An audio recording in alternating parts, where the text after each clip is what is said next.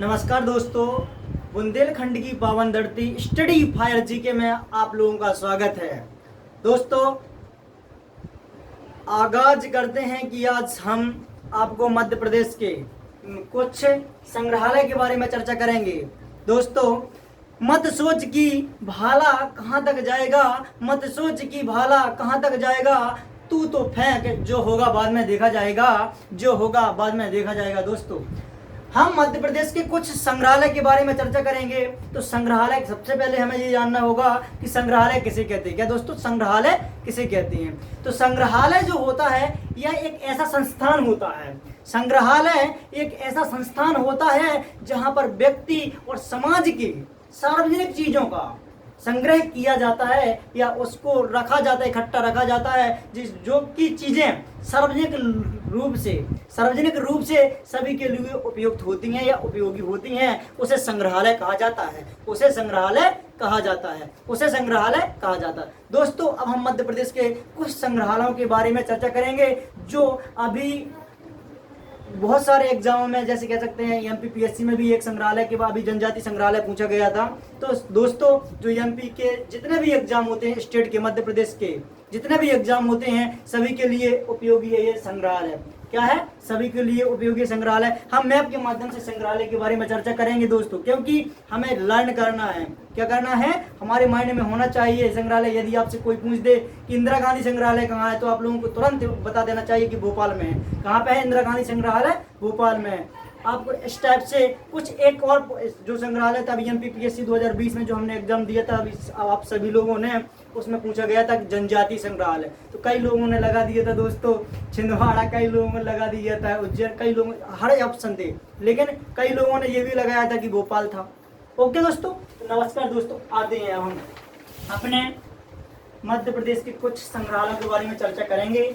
सबसे पहले दोस्तों देखते हैं केंद्रीय संग्रहालय कहाँ पर है। केंद्रीय संग्रहालय जो है हमारे देवास के जस्ट बगल में एक जिला पड़ता है, जो है इंदौर। कौन सा जिला दोस्तों?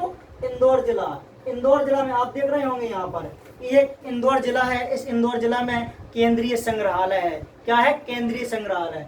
या केंद्रीय संग्रहालय की स्थापना जो की गई थी दोस्तों, केंद्रीय संग्रहालय की स्थापना 1931 में की गई थी। कब की गई थी दोस्तों? 1931 में। यदि आपसे पूछा जाए केंद्रीय संग्रहालय कहाँ पर स्थित है, तो आपको बताना है इंदौर में। केंद्रीय संग्रहालय कहाँ पर स्थापित है, तो आपको इंदौर बताना है। इसकी स्थापना कब की गई थी? 1931 में की गई थी। कब की गई थी दोस्तों? 1931 में। कब की गई थी दोस्तों? 1931 में। यह है होलकर शासन। होलकर शासन में एक शिक्षा विभाग के रूप में के अंतर्गत कार्य करता था, जिसका नाम था रत्न, जिसका नाम था नर रत्न मंदिर के नाम, जिसका नाम क्या दिया गया? नर रत्न मंदिर। कौन सा मंदिर दिया गया दोस्तों? नर रत्न मंदिर। किसने दिया था? तो होलकर शासन में एक शिक्षा विभाग जिसके अंतर्गत आता था, उस विभाग का नाम था नर रत्न मंदिर दिया गया था। उसका क्या नाम दिया गया था दोस्तों? नर रत्न मंदिर के नाम से जाना जाता है। तो हमने आपको बता दिया। यदि आपसे क्वेश्चन में पूछा जाए कि केंद्रीय संग्रहालय मध्य प्रदेश में कहाँ स्थित है, तो आपको बताना है क्या? कहाँ पर है? इंदौर में है। कहाँ पर है? इंदौर में।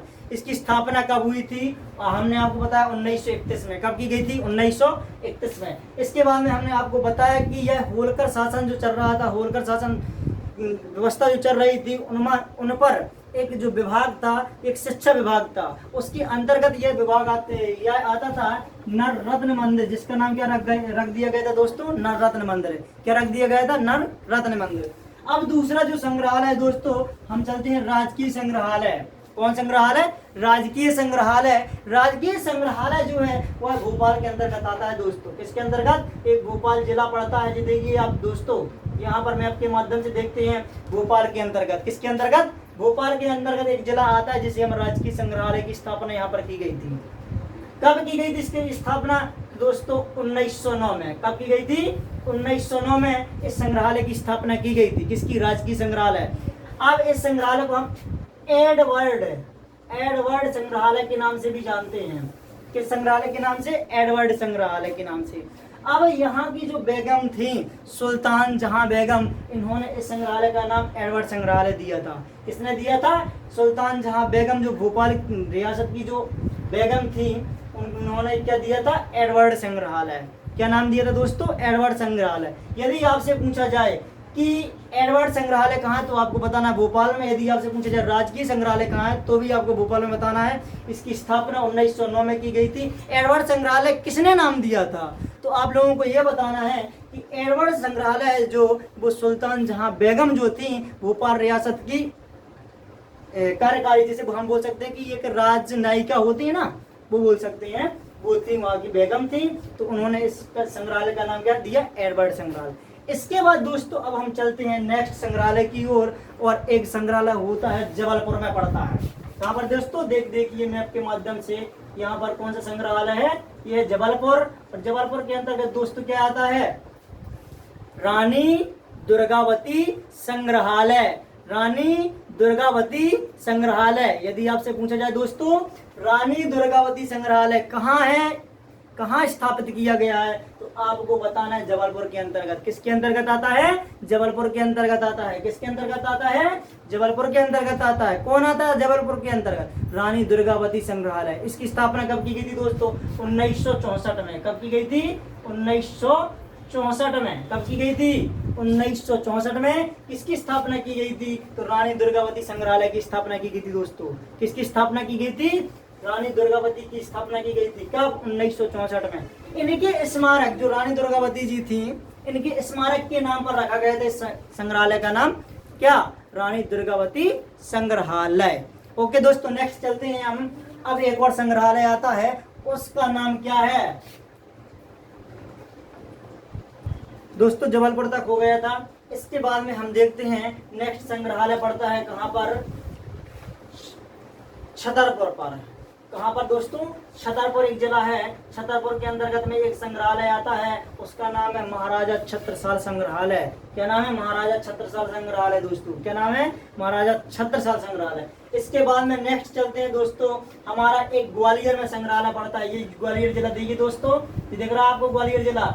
यहाँ पर एक संग्रहालय है जिसका नाम है गुजरी महल संग्रहालय। क्या है? गुजरी महल संग्रहालय। इसका उद्घाटन यदि कहा जाए तो 1922 में किया गया था। ठीक है ना दोस्तों। इसके बाद में नेक्स्ट देखते हैं, हमारे एक भोपाल में 2 और संग्रहालय हैं। भोपाल के अंतर्गत, जो भोपाल जिला है उसके अंतर्गत 2 और संग्रहालय आते हैं, जिसका नाम है दुष्यंत कुमार संग्रहालय और जनजातीय संग्रहालय। दुष्यंत कुमार संग्रहालय और जनजातीय संग्रहालय। दुष्यंत कुमार संग्रहालय और जनजातीय संग्रहालय। और एक और भोपाल के अंतर्गत ही सबसे बड़ा संग्रहालय आता है, जिसका नाम है इंदिरा गांधी संग्रहालय। इंदिरा गांधी संग्रहालय यह देश का सबसे बड़ा संग्रहालय है। यह देश का सबसे बड़ा संग्रहालय यदि आपसे पूछा जाए कौन सा है, तो इंदिरा गांधी संग्रहालय दोस्तों। इंदिरा गांधी संग्रहालय। इसके पास में एक जिला पड़ता है, देखिए दोस्तों, उज्जैन जिला। अब उज्जैन जिला के अंतर्गत भी एक संग्रहालय आता है जिसका नाम है त्रिवेणी संग्रहालय। 2016 में जब हमारे कुंभ का सिंहस्थ मेला लगा था, तब इस संग्रहालय का उद्घाटन किया गया था। कब? 2016 में। कौन से संग्रहालय का? तो त्रिवेणी संग्रहालय। कहाँ पर है यदि आपसे पूछा जाए तो उज्जैन में। त्रिवेणी संग्रहालय कहाँ पर है? उज्जैन में। त्रिवेणी संग्रहालय कहाँ पर है? उज्जैन में। अब दोस्तों एक और संग्रहालय हमारा बचा हुआ है, देखते हैं नेक्स्ट, जिसका नाम है सतना में है, रामबन के पास में सतना में स्थित है। उस संग्रहालय का नाम है सतना। कहाँ गया मैं? सतना के अंतर्गत कौन सा संग्रहालय आता है दोस्तों?